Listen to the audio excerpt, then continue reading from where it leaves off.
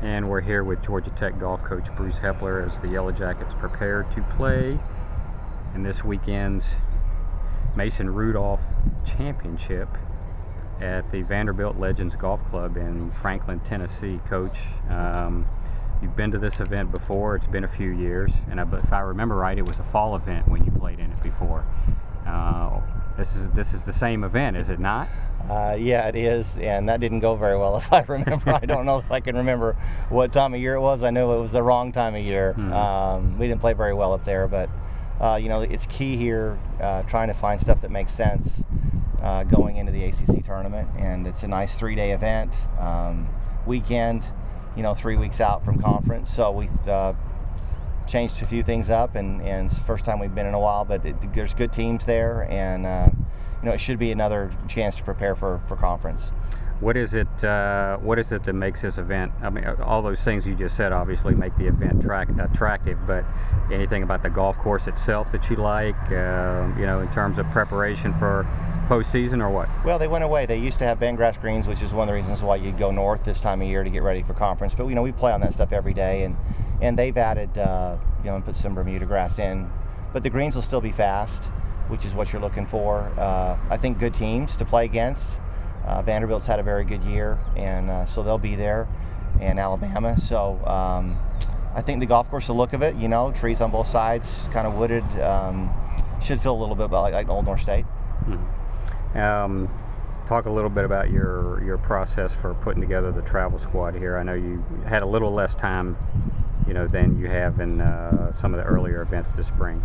Yeah, we went ahead, and Chris had, you know, 2 or 3 solid events in a row, and so we go ahead and put him in along with Ollie Anders. That's really the first one we've given away to a young guy this year, and hopefully he'll respond with that. And then we played 36 holes on Friday and Saturday with the winner getting to go. Wanted to kind of create play for first place rather than trying to qualify. And Michael Hines had a tough first day, but had a bogey-free 65 on Saturday and birdied a hole in the playoffs. So he's gotten back in and hasn't played since Hawaii.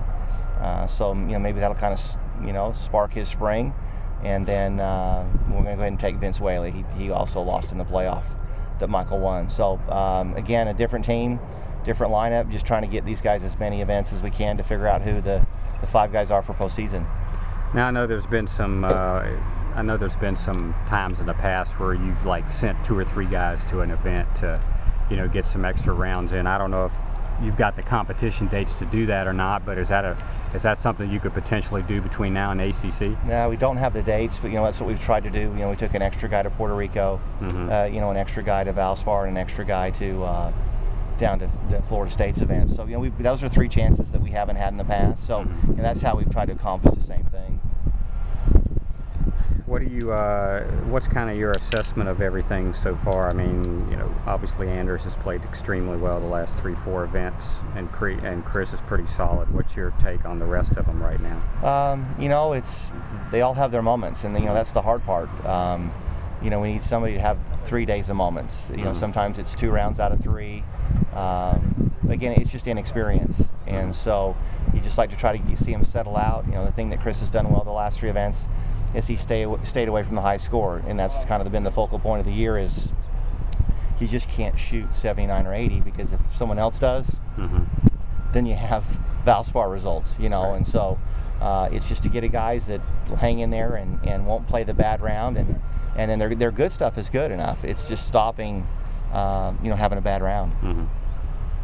And what's your sense of you know, what's your sense of what Ollie might do this week, given, you know, after obviously he couldn't have been very happy with his performance the last time out. No, he wasn't. And again, you know, he has a lot going on, and he's got to compartmentalize that stuff. So you know, hopefully, I don't know that it's not the word, it's not an eye opener or whatever. It's just knowing that, you know, I've got all that stuff going on, and I think it kind of got on top of him. And sometimes when you're not aware of things are happening to you, then that happens. But you know, he's completely aware of where he is and what he's doing, and I fully expect that he'll play the way he's played, you know, virtually since he got here.